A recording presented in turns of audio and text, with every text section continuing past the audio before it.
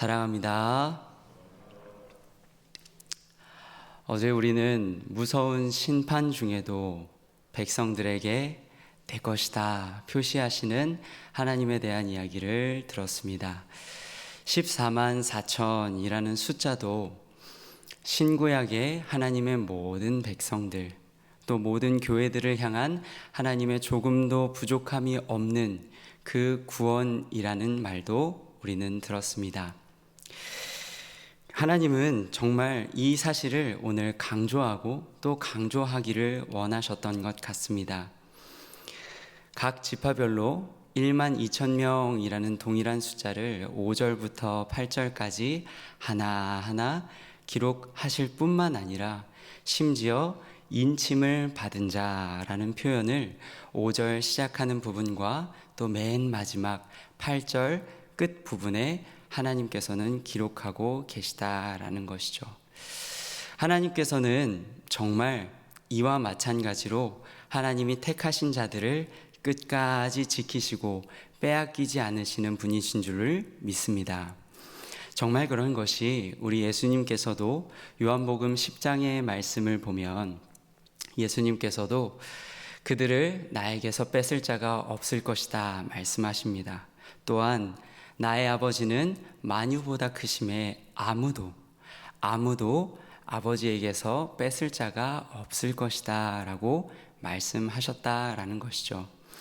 사랑하는 여러분, 그 만유보다 크신 하나님이 오늘도 이 시간에도 우리를 붙잡고 계시기에 오늘 우리가 이렇게 말씀 앞에 나아올 수 있는 줄로 믿습니다. 오늘 이어지는 본문에서 계속해서 하나님의 그 완전하신 구원이 어떻게 이스라엘 밖으로 확장되는지를 우리에게 자세히 본문은 보여주고 있습니다. 이 일 후에 내가 본즉 각 나라와 족속과 방언과 백성 가운데 하나님께서 능히 셀 수 없는 아무도 능히 셀 수 없는 큰 무리가 나와서 하나님 앞에 흰옷을 입고 또 손에 종려가지를 들고 큰 소리로 보좌 앞과 어린 양 앞에 서서 외쳤다라고 기록을 하고 있습니다. 그 외쳤던 고백은 무엇이었습니까? 구원하심이 보좌에 앉으신 우리 하나님과 어린 양에게 있도다 하는 말씀이었습니다. 또한 이어지는 11절의 말씀을 보면 그 11절에는 땅에 있는 자들만 하나님을 찬양한 것이 아니라 하나님을 찬양하고 경배하는 일에 하늘의 존재들도 다 함께 자리하고 있는 것을 우리는 볼 수 있습니다. 모든 천사들이 보좌 앞에 엎드려 하나님을 경배했다. 오늘 말씀은 기록하고 있는 것이죠. 사랑하는 성도 여러분, 우리의 신앙생활이 늘 평안하고 늘 기쁠 수만 있다면 얼마나 좋을까요? 그런데 사실 그렇지는 않죠. 때로는 사방이 우겨쌈을 당하는 것처럼 괴로울 때가 있고 또 외로울 때가 있고 또 막막하고 고통스러울 때가 있다라는 것입니다. 그래서 때로는 하나님이 보호하시는 그 손을 내가 벗어난 것은 아닌가, 내가 하나님이 나를 붙드시는 그 손에서 이제 벗어난 것이 아닌가 하는 순간도 있다라는 것입니다. 그러나 그때마다 우리가 기억해야 할 것은 무엇입니까? 오늘 말씀의 제목처럼 세세토록 찬양받으실 하나님께서는 우리를 결코 빼앗기지 않으시고 반드시 그 모든 큰 무리가 하나님을 찬양하는 그곳에 우리를 이르게 하실 줄 믿는 것인 줄 믿습니다. 뿐만 아니라 우리 하나님, 우리로 그 천사들의 찬송 듣게 하실 줄 믿습니다. 계속해서 요한은 이제 그 수많은 큰 무리가 어떤 사람들인지에 대해서 설명하기 시작합니다. 장로 중 한 사람이 설명을 이어가고 있는데요, 말하고 있는데요, 그들은 큰 환난 가운데에서 나온 자들이다. 어린 양의 피에 자신의 옷을 씻어 희게 한 사람들이라 기록하고 있습니다.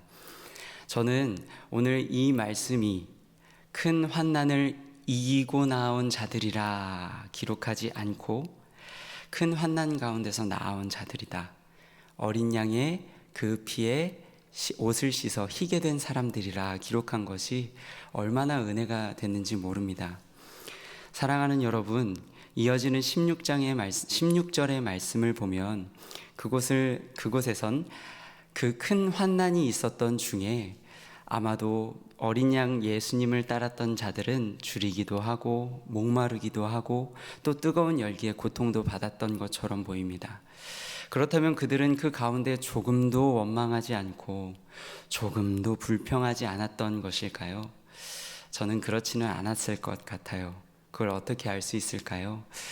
불기둥과 구름기둥이 매일마다 있을 때에도, 만나와 메추라기가 매일 공급될 그때에도 사실 이스라엘 백성들은 하나님 앞에 원망하는 일, 하나님 앞에 불평하는 일 멈추지 않았습니다. 이스라엘 백성들 생각할 것이 무엇이 있을까요? 오늘 우리 어떤가요?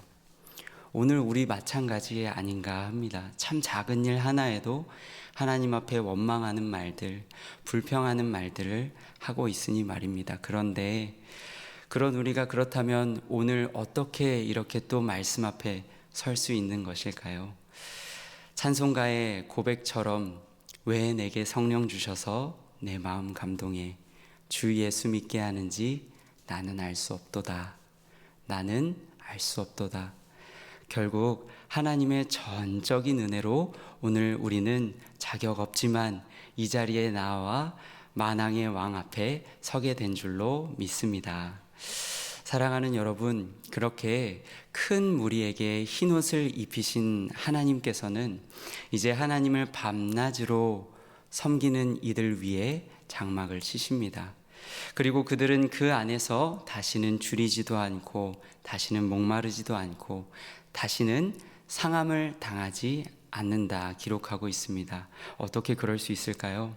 바로 그들의 의복을 희게 하셨던, 친히 자신의 피를 흘려가며 그 의복을 깨끗하게 씻으셨던 예수님께서 이제는 그들의 목자가 되사 그들을 생명샘물로 인도하셨다라고 성경은 기록하고 있습니다. 더 나아가서 요한은 이렇게 기록합니다. 아무도 능히 셀 수 없는 그 수많은 사람들 눈에 맺혀 있었던 눈물 얼마나 많았을까요? 그러나 그 모든 눈물을 예수님께서 다 닦아주셨다라고 기록을 하고 있다라는 것이죠. 사랑하는 여러분, 이 하나님 오늘 우리 하루 찬양하지 않을 수 없지 않을까 합니다. 그 하나님 우리는 찬양할 수밖에 없지 않을까 합니다. 말씀을 정리하겠습니다. 사랑하는 여러분, 오늘도 우리는 어린 양 예수님을 따르다 보면 우리의 입술에서, 우리의 영혼에서 찬양을 빼앗아 가버리려는 크고 작은 환난을 만나게 될 수도 있겠습니다. 그러나 우리 하나님 어떤 분입니까? 하나님은 결코 자신의 백성을 빼앗기시는 분이 아니십니다. 심지어 더 나아가서 우리의 입술에 있는 그 하나님을 향한 찬양도 빼앗기지 않으실 분이 우리 하나님이신 줄을 믿습니다. 그렇기에 오늘 그 하나님을 바라보며 반드시 우리를 지키시고 또한 그 날에 하늘과 땅의 모든 존재들이 하나님을 찬양하는 그곳에 우리를 이르게 하실 줄 믿는 마음으로 오늘 하루 마음껏 하나님을 찬양할 수 있는 우리 모두가 되길 축복합니다.